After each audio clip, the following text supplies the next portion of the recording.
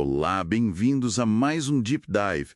Hoje a gente mergulha nos autos do processo 081024.25.8.19.0010.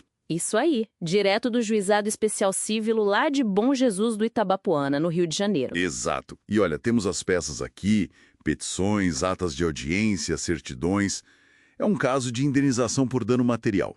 Certo. O autor é Evandro Lima de Almeida e a ré é a Benchimol Irmãos e Companhia Limitada, que a gente conhece como Bemol S.A. A bemol, sim. E o valor da causa gira em torno de R$ 10.500. A missão aqui é entender o que está rolando, né? Vamos desembrulhar essa história. Pois é. É um caso bem típico de juizado especial, sabe? Um consumidor buscando uma reparação por algum problema. Mas o interessante aqui é como a coisa anda. Os procedimentos, os prazos, e isso às vezes vira o ponto principal. E parece que é bem isso que aconteceu. O ponto quente mais recente foi uma audiência, marcada para 3 de junho de 2025. Uma ACJ, né? Audiência de conciliação, instrução e julgamento. Tudo junto. Isso. Só que, olhando a ata aqui, deu ruim para Bemol. Eles não compareceram. E ausência do réu em audiência de juizado especial. Isso é complicado. Por quê? O que acontece? Pode levar à revelia. Basicamente, se o réu falta e não justifica, o juiz pode considerar como verdadeiros os fatos que o autor alegou na petição inicial. Entendi. E o autor, o Evandro, estava lá e pediu isso mesmo, a aplicação da revelia. Claro, é o procedimento padrão para o autor nesse caso. E nessa mesma audiência teve testemunha, uma senhora, Leisiene de Souza Moreira Carvalho, Certo. que, segundo consta aqui, é comadre do autor. E o depoimento dela, olha, é curioso. Conta aí. Ela disse que recebeu o presente, né, que deve ser o objeto da ação, com a caixa toda amassada. Já começa aí. Mas o mais estranho, quando abriu, tinha uma etiqueta de devolução dentro. Como assim uma etiqueta de devolução? Pois é, ela achou que era brincadeira, mas aí viu que tinha os dados do Evandro na etiqueta. Nossa, isso adiciona uma camada bem interessante à reclamação de dano material, né? Sem dúvida. Uma etiqueta de devolução pode indicar tanta coisa.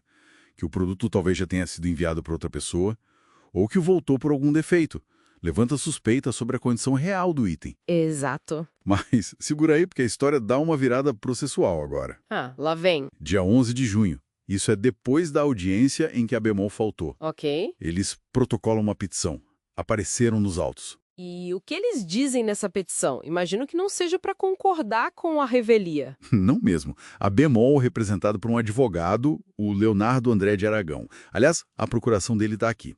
Válida até o fim de 2025. Tá. Eles pedem para redesignar a audiência, anular aquela que aconteceu. E qual o argumento? Faltaram, O argumento é técnico, processual. Eles alegam que só foram oficialmente citados, ou seja, comunicados sobre o processo, no dia 29 de maio de 2025. 29 de maio.